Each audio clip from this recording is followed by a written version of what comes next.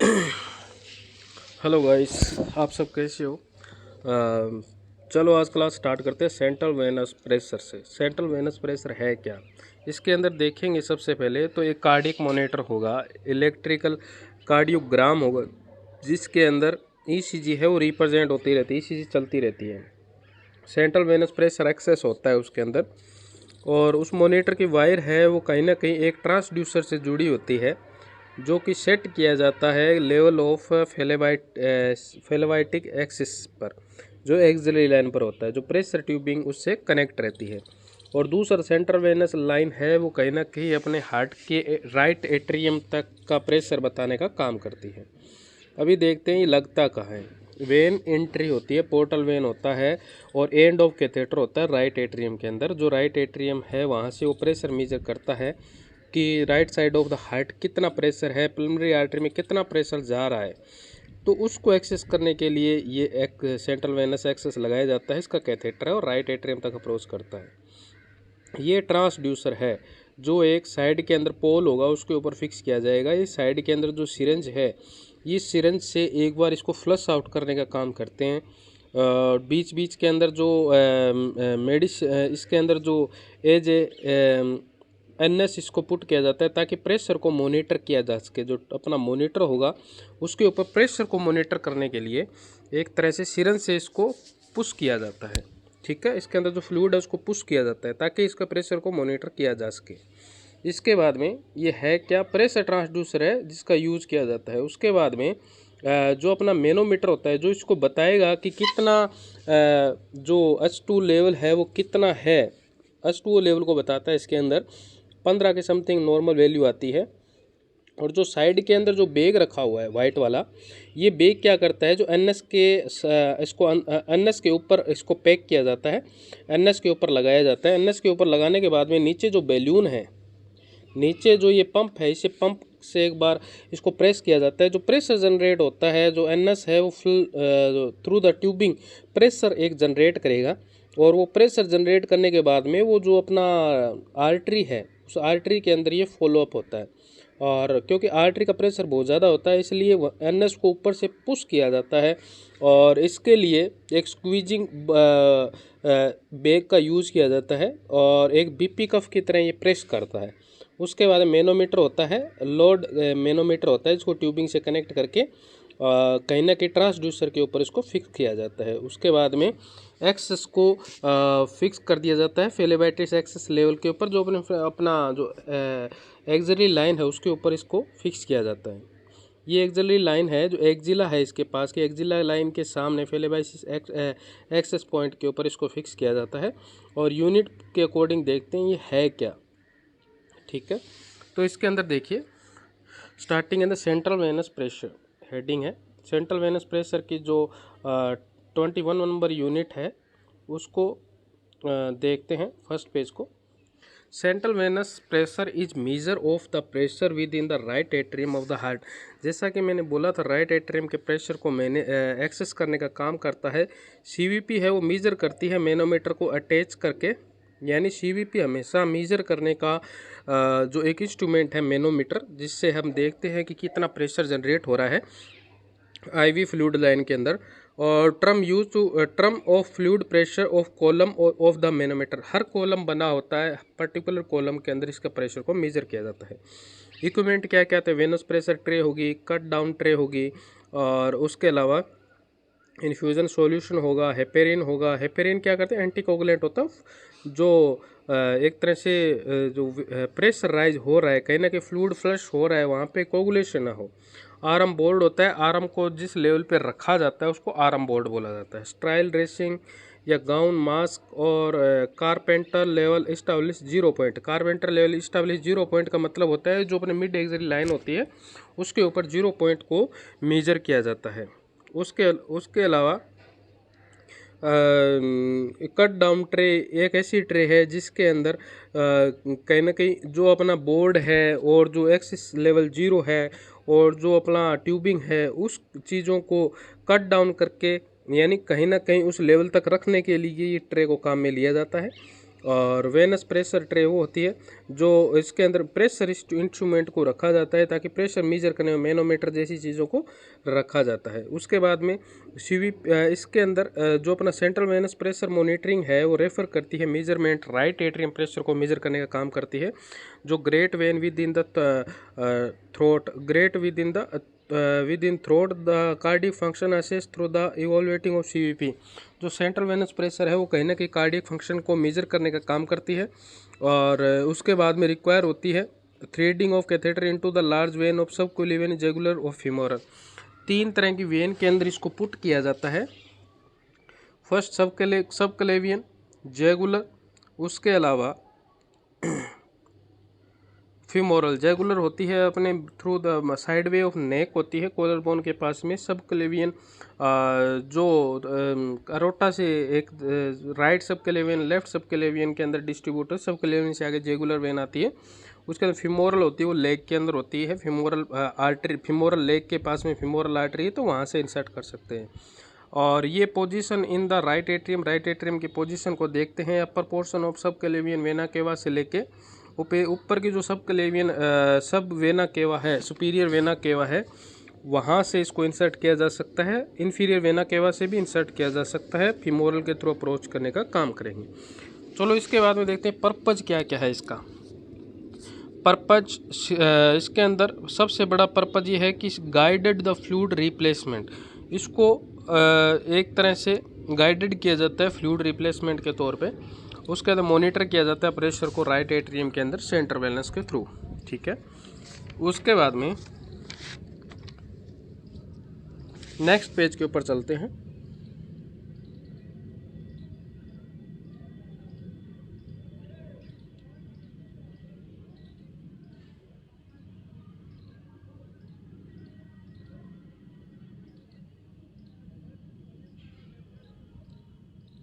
One 162 page पे आ जाइएगा आप। 162 पेज में क्या है कि एडमिनिस्टर किया जाता है ब्लड प्रोडक्ट को, और उसके अंदर टोटल पेरेंटल न्यूट्रिशन, जो टोटल पेरेंटल न्यूट्रिशन है एंड ड्रग थेरेपी है वो कॉन्ट्राइंडिकेटेड होती है पेरिफेरल इन्फ्यूजन के अंदर। ब्लड प्रोडक्ट और पेरेंटल न्यूट्रिशन या उसके अलावा ड्रग थेरेपी है वो पेरिफेरल इन्फ्यूजन है वो कॉन्ट्राइंडिकेटेड होते हैं। ठीक है। Obtain venous access peripheral vein site of inadequate. और जो पेरिफेरल वेन एक्सेस है, मान के चलो कि इतना कुछ देना है, ब्लड देना है, पेरेंटल न्यूट्रिशन देना है, या फिर उसके अलावा पेरिफेरल इन्फ्यूजन देना है, कुछ भी देना है, तो वो इतना कॉन्ट्राइंडिकेटेड होता है। अगर अपन उसको पेरिफेरली इंसर्ट कर रहे हैं, उसी के लिए हमें सीवीपी लगाने के लिए, मॉनिटर करने के लिए पर्पजफुल है। तो उसके अलावा 10 access vein the peripheral site of inadequate, अगर एक्सेस नहीं ले पा रहे हैं पेरिफेरल वेनस का, तो उसके लिए भी इसको सीवीपी को यूज़ किया जाता है। Obtain central venous sample, central venous sample को कहीं ना कहीं ऑब्टेन करने के लिए किया जा रहा है। उसके बाद में टेम्परेरी पेस मेकर, कहीं ना कहीं टेम्परेरी पेस मेकर के रूप में इसको यूज़ किया जाएगा। और इन सब टेम्परेरी पेस मेकर को अगर सेंट्रल वेनस से डालें तो भी डल सकता है। ठीक है, एक तरह से पेस मेकर का मतलब होता है हार्ट को जनरेट करने की जिसमें पावर होती है, उसको पेस मेकर बोला जाता है। उसके बाद में प्रोवाइड सीवीपी प्रोसीजर क्या क्या होगा सीवीपी के अंदर वो देख लेते हैं। सबसे पहले क्या करना है, जो भी इंस्ट्रूमेंट है वो रखना है, जैसे वेनस प्रेशर ट्रे है वगैरह वगैरह सब उसमें होना चाहिए। ईसीजी मॉनिटरिंग होनी चाहिए, ग्लव्स होने चाहिए। उसके बाद में एक एक्सेसिबल इक्विपमेंट जैसे प्रोथ्रोम्बिन है, प्रोथ्रोम्बिन टाइम है, या फिर सीबीसी कंप्लीट ब्लड काउंट है, वो होना चाहिए सबसे पहले। और उसके बाद में एक्सप्लेन प्रोसीजर को एक्सप्लेन करना है कम्प्लीटली। पेशेंट को एनपीओ रखना है 6 घंटे तक इंसर्ट करने से पहले। और उसके बाद पोजीशन है वो अप्रोप्रिएट देनी है, सुपाइन पोजीशन के अंदर पेशेंट को रखना है। आर्म वेन को एक्सटेंड करके रखना है, हाथों की जो वेन है उसको एक्सटेंड करके रखना है, और सिक्योर आर्म बोर्ड पे होना चाहिए। और उसके बाद में नेक वेन है, प्लेस पेशेंट टेंडल ब्रग पोजीशन। टेंडल ब्रग पोजीशन का मतलब है थोड़ा सा हेड है वो अप होगा, लेग है वो डाउन होगी। तो नेक वेन एक्सेस करनी हो तब ये करना है, अगर आर्म वेन करनी हो तो हाथ को एक्सटेंड करना है। ठीक है, 3 नंबर हो गया। 4th नंबर के अंदर जो आईवी है वो इन्फ्यूजन सेट है और मैनोमीटर दोनों को यूज़ करेंगे, जिसमें मैनोमीटर है हमेशा आईवी पोल के ऊपर लगता है। जो पोल होता है साइड के अंदर पेशेंट का, उस आईवी पोल पे लगेगा। और उसके बाद में IV पोल के ऊपर लगेगा। नेक्स्ट देखते हैं कि IV pole 0 point of manometer रखेंगे। 0 पॉइंट ऑफ मैनोमीटर का मतलब होता है कि जो अपना जो मिड एक्सिल लाइन है, फेलिबेटाइट एक्सेस है, वहाँ पे एक्सेस पॉइंट के ऊपर अपने 0 पॉइंट पर रखेंगे। उसके बाद में अपना इसको मैनोमीटर को 0 पॉइंट पर रख के फिर बाद में इसको पैमाना मापेंगे ताकि हमें एक्यूरेसी रहे। और उसके बाद में with the patient right atrium, आप कहोगे सर हाइट कैसे लेंगे? हाइट लेंगे, जो राइट एट्रियम है उस हाइट पे इसको रखेंगे। Place the patient ECG monitor, ECG monitor रखेंगे। इलेक्ट्रोकार्डियोग्राम से कनेक्ट रखेंगे। फिजिकल गाउन कैप मास्क रखेंगे। CVP को सर्जिकली क्लीन करने के लिए इंट्रोड्यूस करेंगे। CVP इंट्रोड्यूस करने से पहले उस एरिया को क्लीन करना ज़रूरी है, उसके बाद में CVP को इंसर्ट किया जा सकता है।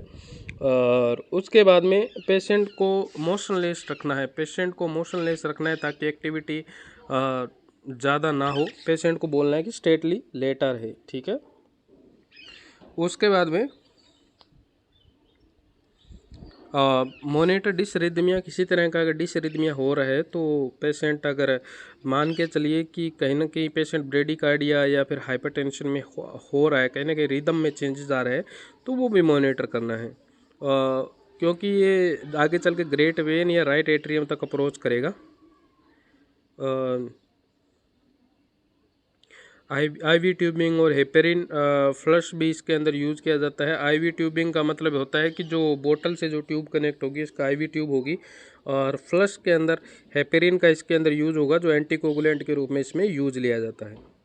उसके बाद में catheter should be suture in the place. Catheter जहाँ कहीं भी लगेगा तो वहाँ पे हमेशा स्यूचर करना होगा, यानी उसको टांका लगाना होगा ताकि वो हिले ना। और उसके बाद में 7 ओकलजीव ड्रेसिंग आवर साइट, स्ट्राइल करना है। अगर ड्रेसिंग ओकलजीव हो जाए, एक बार कैथेटर लगाने के बाद वहाँ पे ओकलजीव हो जाए तो उसको स्ट्राइल रखना है। Obtain chest x-ray, chest x-ray को देखना है कि आपकी CVP सही से लगी कि नहीं लगी, कंफर्ट है कि नहीं, कहीं स्वेलिंग तो नहीं है, पोजीशन एक्यूरेस है कि नहीं। 0 पॉइंट ऑफ मैनोमीटर मैंने बोल दिया कि एक जो अपना एक्सिलरी लाइन होगी, आपको दिखा देता हूँ एक बार कैसे लगता है ये चीज़। लेवल ऑफ हाइट के सामने जस्ट राइट साइड के अंदर ये एक्जिला है, एक्जिला के जस्ट साइड में लगा हुआ है। और उसके बाद में ये जो पोल है, कॉटन एयर फिल्टर लगा हुआ है जिसके ऊपर, ये हो गया मैनोमीटर लगा हुआ है इसमें। और उसके बाद में स्टॉप कॉक लगा हुआ है जिसको एक बार खींचने के बाद में हम IV फ्लश कर सकते हैं इंजेक्शन से, और ऊपर से बैग से भी IV ड्रिप आएगा, और उसके थ्रू जो शेलाइन जाएगा तो उससे क्या प्रेशर मॉनिटर करने का काम का। टेप का मतलब यहाँ हमने इसको फिक्स किया हुआ है। फ्लो ट्रोल एक क्लैंप का मतलब होता है कि जो फ्लो को मैनेज करने के लिए ऊपर से जो बैग लगा है उसको सॉल्यूशन बोतल इसके अंदर है, ऊपर से कंप्रेस किया हुआ है ताकि जो फ्लूइड है इसके थ्रू आता रहे। और इसको कनेक्ट, इसके अंदर वायर कनेक्ट करके मॉनिटर से कनेक्ट करते हैं ताकि इसका मेजरमेंट रहे। इसके अंदर क्या रहेगा, ये जो हमने लगाया है साइड के अंदर पोल लगाया है, इसके ऊपर मैनोमीटर लगा हुआ है। मैनोमीटर के साइड में जो लाइन खींची है राइट एट्रियम के सिमिलर खींची है, ताकि यहाँ जब हम जो अपने फिक्स करें, है ना, जो मैनोमीटर फिक्स करें वो 0 लेवल राइट एट्रियम के सामने हो। तो इसी तरह से CVP को मेजर करने के लिए इसके आगे कनेक्टर लगा होगा, और कनेक्टर लगने के बाद वो मॉनिटर से अटैच हो जाएगा। उसके बाद में सीधा आर्टरी से जो भी प्रेशर रहेगा आर्टरी का वो मॉनिटर में शो करेगा, ठीक है। तो एक बार नीचे और चलते हैं, वो लास्ट पेज पीछे है 162, है ना। चलो उसके बाद में देखो 9 नंबर देखना है, 163 देखना है ना, 163 ऊपर है 163 163 के अंदर देखना position of 0 point, position 0 point पे रखनी है। और उसके बाद में turn on stop clock. Stop clock का मतलब होता है एक रबड़ की वहाँ पे स्टॉप क्लॉक लगी होती है जो कि एक बार घुमाने के बाद में उसको फ्लो देखती है मैनोमीटर के अंदर इनटू मैनोमीटर की कितना है। और इसका जो फीलिंग अबाउट 20 से 25 लेवल को टर्न स्टॉप कर दें क्लॉक को। अगर 20 से 25 के बीच में हो रहा है तो वहाँ पे क्लॉक को स्टॉप कर देंगे। और मैनोमीटर फ्लो सॉल्यूशन होगा, जो मैनोमीटर में फ्लो होगा उसको देखते रहेंगे। Observe the fall into height of the column fluid manometer, record the level which is solution stabilize, stop moving the downward. और अगर ये चीज़ स्टेबल होगी तो धीरे धीरे फ्लूइड नीचे आएगा और नीचे आके स्टेबल हो जाएगा। इसका मतलब एक्यूरेसी है मैनोमीटर के अंदर। आपको कम से कम 20 से 25 तक वो वाटर को फॉलो करना है। जो आप पीछे से स्टॉप क्लो घुमाएंगे तो जो ऊपर से सेलाइन आपने कंप्रेस किया उसका पानी है मैनोमीटर में आएगा, और मैनोमीटर का जो प्रेशर है पानी का वो कहीं ना कहीं आर्टरी पर लगेगा, तो थोड़ा बहुत आर्टरी में जाएगा, पर जो आर्टरी का वापस जो प्रेशर लगेगा, रिवर्स प्रेशर लगेगा, उस फ्लूइड को स्टेबल कर देगा। कहीं ना कहीं 20 से नीचे आएगा वो फ्लूइड मैनोमीटर के अंदर, तो वो स्टेबिलिटी दिखाएगा। ठीक है,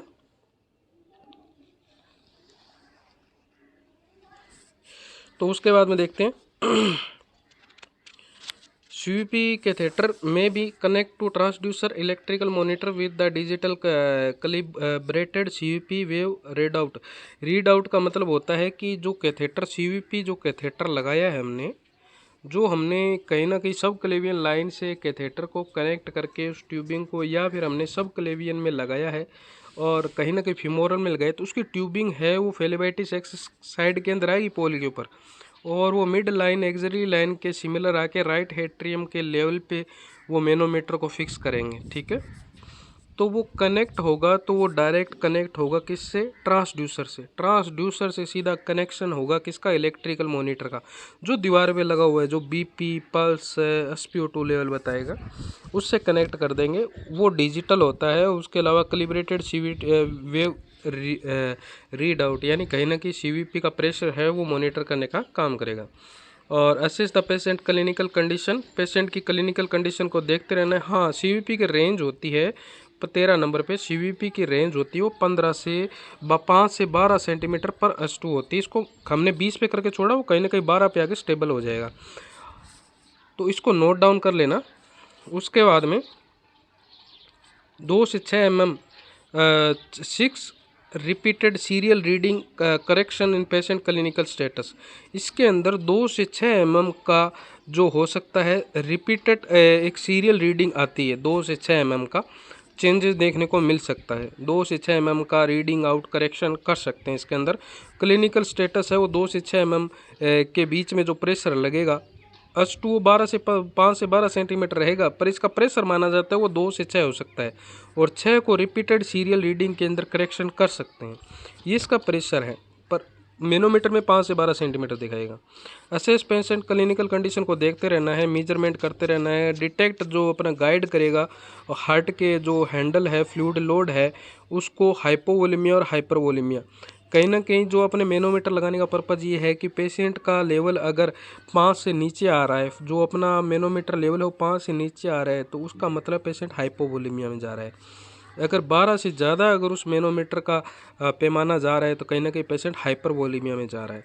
तो इस पैमाने के आधार पे इसको मेज़र किया जाता है। तो इसीलिए 14 नंबर के अंदर लिखा है क्लिनिकल कंडीशन को असेस किया जा सकता है, डिटेक्ट करता है हार्ट को, फ्लूइड लोड को, हाइपोवोलेमिया है या हाइपरवोलेमिया है। उसके बाद में BP को देखने का, यूरिन आउटपुट देखने का, उसको मॉनिटर के थ्रू इसको एक्सेस कर सकते हैं। उसके अलावा स्टॉप क्लॉक को against allow IV solution to flow from the solution बोतल इनटू द पेशेंट वेन। इस ये कह रहा है कि जो स्टॉप क्लॉक लगाया है, जो अपने T लगाया हुआ है, उसको अगर घुमाएंगे तो जो फ्लूइड ऊपर से जो कंप्रेस है, जो ऊपर से जो बैग बांधा है उसके ऊपर जो कंप्रेस करने के लिए, वो कहीं ना कहीं नीचे फ्लो होगा और पेशेंट की वेन के अंदर जाएगा। यानी है तो एक वेन ही, क्योंकि वो आज़ाद तो आर्टरी में रहा है, पर एज नली है जहाँ पे ब्लड फ्लो हो रहा है वहीं पे जाएगा। तो कहने का मतलब है कि पेशेंट वेन के अंदर ये इंसर्ट होगा और उसके द्वारा इसको ऑब्जर्व करने में हेल्पफुल होता है। From catheter insertion pneumothorax, haemothorax, air embolism, haematoma, cardiac tamponade, ये सब चीज़ें हो सकती है अगर कैथेटर लगा हुआ है तो। इंडवेल्विंग कैथेटर इन्फेक्शन, एयर एम्बोलिज्म, ये भी हो सकता है। तो carry out on going nursing surveillance insertion site और मेंटेन एसेप्टिक टेक्निक्स। जो कैरी आउट करेगा, जो ऑन गोइंग होगा, जो प्रोसीजर करवा रहा है नर्सिंग स्टाफ, उसको सर्विलांस में रखना है, इन चीज़ों को ध्यान में रखना है। इंसर्शन साइट को अच्छे से देखना है, मेंटेन करना है सेप्टिक टेक्निक को।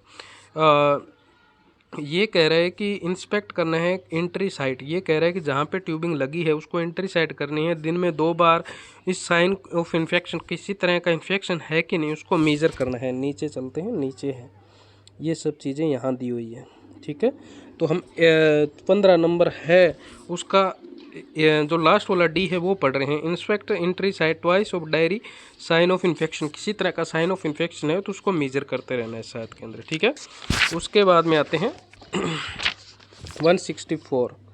ये डायग्राम दिया गया है, बोतल से कनेक्ट किया गया है, लेवल ऑफ हार्ट पर मैनोमीटर को रखा गया है, ऑलरेडी दिखा दिया है। नेक्स्ट पेशेंट है जो लेटा हुआ है बेड के ऊपर और ट्यूबिंग को कनेक्ट किया गया है। एक बार इसमें क्या है, सेंट्रल वेनस प्रेशर को ही बताया गया है, पेशेंट के लेवल को मेजर नहीं किया गया इस डायग्राम के अंदर। इसमें कॉटन एयर फिल्टर पे लगा दिया है, मैनोमीटर में टेप किस तरह से करेंगे, किस तरह से वो कनेक्ट रहेगा सॉल्यूशन बोतल के साथ, ये बताया गया अलग से, ठीक है। तो इसके अंदर कोई लेवल मेजरमेंट नहीं है। नेक्स्ट ग्राफिकल रिप्रेजेंट के अंदर क्या आता है, ये रहा ग्राफिकल रिप्रेजेंट। ग्राफिकल रिप्रेजेंट के साइड के अंदर, लेफ्ट साइड के अंदर जो वन लाइन के अंदर जो स्पेलिंग लिखी है उसके अंदर पल्स है, रेट ऑफ सिस्टोलिक है, कितने सिस्टोलिक रेट जा रही है। उसके अलावा जो डायस्टोलिक बीपी है वो भी बताया गया है। कहीं ना कहीं जो 20 से लेके 140 तक के जो पैरामीटर हैं उसके अंदर पल्स को मेजर करने का अलग क्राइटेरिया होता है, बीपी को मेजर करने का अलग क्राइटेरिया होता है। तो अलग अलग कॉलम के हिसाब से अलग अलग एरो दिया गया है। ऊपर की साइड में जो फर्स्ट नेम है पेशेंट का नाम लिखा जाता है और राइट हैंड कॉर्नर के अंदर ऊपर वार्ड लिखा हुआ है। तो कहीं ना कहीं पेशेंट भर्ती किया गया है किस वार्ड के अंदर। वो डेट का मतलब है कि आज की डेट क्या है, वो डेट पर शिफ्ट लिखनी है। टाइम क्या है, वो टाइम लिखना है कि आप दो, इसमें टाइम दिया गया है 1:15। उसके बाद में 1:30, 1:45। उसके बाद में 14 का मतलब है 2 बज गए, 2:15, 2:30, 2:45। फिर नेक्स्ट इसमें 3 बज गए, 15 का मतलब 3 है। इस तरह से जो ट्रेन का टाइम होता है उसके अकॉर्डिंग स्टार्ट में टाइम दिया होता है। उसके बाद में सीवीपी का कॉम्प्लिकेशन क्या क्या आ सकते हैं, जो पहले भी बताया है। न्यूमोथोरेक्स हो सकता है, फेलेबाइटिस हो सकता है, उसके अलावा एयर एम्बुलिज्म आ सकता है, पेशेंट को कहीं ना कहीं फ्लूइड ओवरलोड हो सकता है। समरी क्या क्या समरी का ध्यान में रखेंगे। तो नेक्स्ट हम देखते हैं कॉम्प्लिकेशन क्या आ सकते हैं। न्यूमोथोरेक्स का मतलब है कहीं ना कहीं एयर इंटर कर जाए, जहाँ पे आपने सीवीपी इंसर्ट की है सेंट्रल वेनस प्रेशर लेने के लिए, कहीं ना कहीं आपने पंचर किया है आर्टरी के अंदर, तो हो सकता है लंग्स के सराउंडिंग हो, तो कहीं ना कहीं एयर इंटर कर सकती है लंग्स के अंदर। उसके बाद में फेलेबाइटिस का मतलब है जो आपने आर्टरी ली है जहाँ पे एंट्री पॉइंट है वहाँ के ऊपर अगर इन्फेक्शन क्रिएट हो जाए तो फेलेबाइटिस। एयर एम्बुलिज्म का मतलब है अगर एयर चली जाए, एयर का एक एम्बुलेंस बन जाए जहाँ पे आपने एंट्री किया है आर्टरी या वेन के अंदर। सेप्सिस का मतलब इन्फेक्शन कोज हो जाए, है ना, स्ट्राइल टेक्निक अगर यूज़ नहीं की है तो। पल्मोनरी एम्बुलिज्म का मतलब है पल्मोनरी आर्टरी के अंदर, कहीं ना कहीं पल्मोनरी आर्टरी के अंदर राइट एट्रियम के अंदर आपने थ्रोम्बस कोज हो गया और वो पल्मोनरी आर्टरी के थ्रू चला गया लंग्स तक, तो पल्मोनरी एम्बोलिज्म। फ्लूइड ओवरलोड का मतलब है कि आपने जो फ्लूइड की बोतल लगाई है प्रेशर जनरेट करके, है ना, और कहीं ना कहीं आपने बहुत ज़्यादा फ्लश कर दिया और वो हाइपर वोलेमिया का कंडीशन भी अपीयर हो सकता है पेशेंट के अंदर, तो फ्लूइड ओवरलोड हो गया। अब उसके बाद में समरी देखते हैं। समरी क्या क्या है सीवीपी के अंदर, जो मोर एक्यूरेट मीन है डिटरमाइन किया जाता है फ्लूइड स्टेटस को पेशेंट के अंदर। सीवीपी हमेशा राइट वेंट्रिकल की फीलिंग प्रेशर को मेजर करता है। कहीं ना कहीं आपने राइट एट्रियम में पुश किया है तो कहीं ना कहीं जो फ्लूइड है फ्लश होगा राइट वेंट्रिकल के अंदर, तो वहाँ से जो प्रेशर जनरेट होगा उस राइट वेंट्रिकल के फीलिंग प्रेशर को भी मेजर करता है कि कितना फास्टली वो फील हो रहा है। और reflect venous return to the heart, और कितना वेनस रिटर्न है वो हार्ट के अंदर आ रहा है, क्योंकि वो राइट एट्रियम के अंदर आपने कैथेटर डाला हुआ है, वो इलेक्ट्रिकली जॉइंट रहता है आपके मॉनिटर के साथ में। और फ्लूइड के स्टेटस को बताता है मैनोमीटर की फ्लूइड कितना है बॉडी के अंदर, और जो कितना वाइटल स्टेटिस्टिक्स है वो मॉनिटर से पता चलता है सीवीपी के थ्रू। उसके अलावा सीवीपी मॉनिटर है मोस्ट वैल्यूबल होती है, एक्सेस होता है स्टेटस पेशेंट का, पेशेंट के स्टेटस को जानने का सबसे अच्छा सीवीपी मॉनिटरिंग होता है। और absolute relative hypovolaemia including those the vasogenic neurogenic hypovolaemic shock. Absolute relative hypovolaemia हो सकता है पेशेंट, उन पेशेंट में यूज़ किया जाता है जो हाइपोवोलेमिया के अंदर सर्व कर रहे हैं, मतलब जो पेशेंट हाइपोवोलेमिया में ऑलरेडी है उनके लिए ये बहुत ज़्यादा ज़रूरी होता है सीवीपी। उसको कनेक्ट रखना पड़ता है मॉनिटर से। दो वेसोजेनिक न्यूरोजेनिक मतलब वेसल से संबंधित कोई भी प्रॉब्लम है वेसोजेनिक होता है। न्यूरोजेनिक का मतलब न्यूरो न्यूरॉन संबंधी प्रॉब्लम है, बार बार पेशेंट है वो हाइपोटेकी ब्रेडी कार्डिया के अंदर जा रहा है, कहीं ना कहीं न्यूरोजेनिक प्रॉब्लम है। उसके अलावा हाइपोवोलेमिक शॉक, बार बार पेशेंट हाइपोवोलेमिक फ्लूइड की कमी की वजह से शॉक में जा रहा है, वो हाइपोवोलेमिक शॉक हो गया। Obtain an accurate CVP reading catheter insert into the major vein major vein के अंदर कहीं ना कहीं CVP को इंसर्ट रीडिंग लेने के लिए जो मेजर वेन होती है उसको एक्यूरेट CVP लेने के लिए कैथेटर को इंसर्ट किया जाता है और सुपीरियर वेना केवा के थ्रू राइट एट्रियम तक इसको अप्रोच करवाया जाता है। उसके बाद में नेक्स्ट देखते हैं, ये हमने पहले बता चुके हैं। एग्जाम्पल है पल्मोनरी आर्टरी का। पल्मोनरी आर्टरी है वो प्रेशर मॉनिटर करता है सिस्टम। पल्मोनरी आर्टरी का प्रेशर मॉनिटर करने का काम किया जाता है। जो अपना प्रेशर ट्यूबिंग है वो लगाया हुआ है, ट्रांसड्यूसर से कनेक्ट करके मॉनिटर से कनेक्ट किया हुआ है। एक तरह से ये CVP है। कैसे CVP है कि मान के चलिए कि ये जो कैथेटर लगा हुआ है ये PA कैथेटर है, पल्मोनरी आर्टरी कैथेटर है, जो पल्मोनरी आर्टरी के अंदर डायरेक्ट प्रेशर मॉनिटर करने के लिए लगाया हुआ है। और ये 3 वे स्टॉक है। 3 वे स्टॉक का मतलब होता है 3 रास्ते हैं और स्टॉक कोक है, 3 वे के अंदर इसको फ्लश किया जा सकता है, तो 3 वे स्टॉक कोक हो गया। ठीक है, इसके अंदर ये कैथेटर है हमेशा इंटरनल जुगुलर वेन के थ्रू इंसर्ट किया जाता है और advance into the pulmonary artery, advance into the pulmonary artery, pulmonary artery तक इसको अप्रोच करवाया जाता है। ये CVP की तरह ही है और डेली ई टेक्निक के बेड साइड हीमोडायनेमिक मॉनिटरिंग करने का। हीमोडायनेमिक का मतलब जो ब्लड का एक पर्टिकुलर फंक्शन है, जो उसकी स्ट्रक्चर है, जो उसका फंक्शन है, उसको मॉनिटर करने के लिए साइट को प्रिपरेशन करने के लिए care of CVP catheter. CVP catheter ही होगा एक तरह से, क्योंकि सब क्लेविन आर्टरी का यूज़ हो रहा है, पल्मोनरी आर्टरी तक अप्रोच किया जा रहा है इसको। और flush solution same of pulmonary artery catheter, और कैथेटर फ्लश किया जाता है solution same as pulmonary artery catheter, जो पल्मोनरी आर्टरी कैथेटर के अंदर फ्लश किया जाता है उसी तरह से। ट्रांसड्यूसर अटैच होगा। Pressure are the measure by millimetre of mercury, और मिलीमीटर ऑफ मरकरी से इसको प्रेशर मॉनिटर किया जाता है, जो कि हमने उस मैनोमीटर में किया था उस तरह से। Complication include local obstruction of distal ischaemia, हो सकता है कि लोकल ये कह रहा है कि डिस्टल इस्चीमिया का मतलब है, कहाँ पे लिखा हुआ है, ये लिखा हुआ, ये लाइन पढ़ लेना आप, ये वाली, ठीक है। 3rd नंबर लाइन है local obstruction with distal ischaemia, कहीं ना कहीं जो दूर का जो पार्ट है, बॉडी पार्ट है, और जहाँ पे ब्लड सप्लाई हो रही है सब क्लेविन आर्टरी के थ्रू, तो सब क्लेविन आर्टरी में ऑब्स्ट्रक्शन की वजह से जो उसका डिस्टल पार्ट है वहाँ पे इस्चीमिया जैसी कंडीशन अपीयर हो सकती है। कहने का मतलब ये है। एक्सटर्नल हेमरेज, बाहर के साइड एक्सटर्नल हेमरेज भी हो सकता है। मासिव इकोमोसिस का मतलब होता है बहुत ज़्यादा वहाँ पे मतलब संगन हो सकती है, चीज़ें बहुत ज़्यादा कट जो बोलते हैं ना, सूजन आ सकती है। मासिव इकोमोसिस भी हो सकता है वहाँ पे स्वेल्विंग आ गई हो पर्टिकुलर एरिया के अंदर, डाइसेक्शन हो सकता है वहाँ पे डाइसेक्शन हुआ हो पहले से।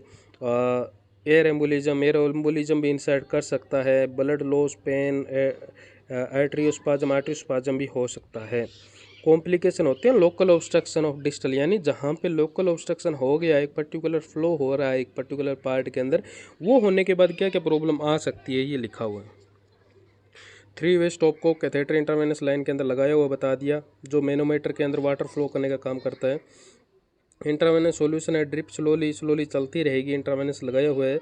और जीरियाट्रिक वेरिएशन, पेशेंट जो बूढ़ा होता है ना, जो ओल्ड पेशेंट होता है, जीरियाट्रिक होता है, उनके अंदर क्या क्या वेरिएशन आ सकती है, क्या क्या दिक्कतें आ सकती है। Patient not able to fly flat and supine, सीधा फ्लैट और सुपाइन नहीं ले सकता है, तो पोजीशन है। Optimum use to CVP measure the inter the nurse noted, optimum use of measure less than optimum use, यानी जो CVP का है वो बहुत कम यूज किया जाता है। Geriatric paediatric variation, paediatric patient के अंदर बहुत कम यूज किया जाता है। Right atrium clearly mark reading of 0 ensure the variation of CVP, सो हो सकता है पीडियाट्रिक पेशेंट है वो एबल एक जगह स्टेबल नहीं रहता है, तो इस चीज़ को बहुत से 0 लेवल से मेजर करना पड़ेगा। Mechanical ventilation with the PEP, PEP का मतलब होता है मैकेनिकल वेंटिलेशन के अंदर जो पॉजिटिव जो हमने PEP का यूज़ किया था इसके अंदर बाई पेप, सी पेप, उसी तरह से PEP होता है जो अप्लाई किया जाता होता है reading of CVP central venous pressure को मेजर करने के लिए। उसके अलावा स्टॉप कोक है वो turn to the patient, fluid level of the manometer should be fluctuate of each respiration. Stop cock then turn to the patient the fluid level manometer the flush each respiration. ये कह रहा है कि स्टॉपकोप को तब turn करना है, जब स्टार्ट करना है, जब घुमाना है, जब पेशेंट है वो शुड फ्लैक्चुएट हो रहा हो, यानी मैनोमीटर के अंदर फ्लैक्चुएशन ज़्यादा आ रही हो, जब पेशेंट सांस ले रहा है तब उसको घुमाना है। Fluid allowed to stabilize before the reading taken the highest level of fluid fluctuating column is use to CP reading. ये कह रहा है कि जो फ्लूइड है उसको अलाउ करना है स्टेबल होने के लिए, टाइम देना है उसको। एक बार ऊपर गया फ्लूइड, उसके बाद नीचे आ जाए, उसके बाद मेजर करना है। Reading taken the stop cock turn to the solution position in infusion is continue. Reading is taken, reading taken करने के बाद में फ्लूइड को स्टार्ट कर देना है, सॉल्यूशन को टर्न कर देना है ताकि इन्फ्यूजन चलता रहे। सीवीपी रीडिंग को एक्यूरेट होनी चाहिए, एक्यूरेसी के साथ हमें चेक करना है, लेवल ऑफ 0 पॉइंट रखें। पेशेंट नेक्स्ट पेज पे है, सॉरी ये नेक्स्ट पेज पे है, ये वाला पेज पढ़ा रहा हूँ मैं, तो इसके साथ में पढ़ते रहना है।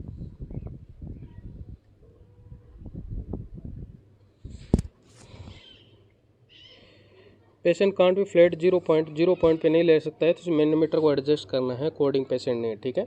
Any change patient position require, कोई भी चेंज पेशेंट पोजीशन रिक्वायर है तो 0 पॉइंट पे रेस्ट दे के पेशेंट को तब सीवीपी रीडिंग लेके उसके बाद पोजीशन दे सकते हैं पेशेंट को। 14 नंबर लाइन का मतलब ये है।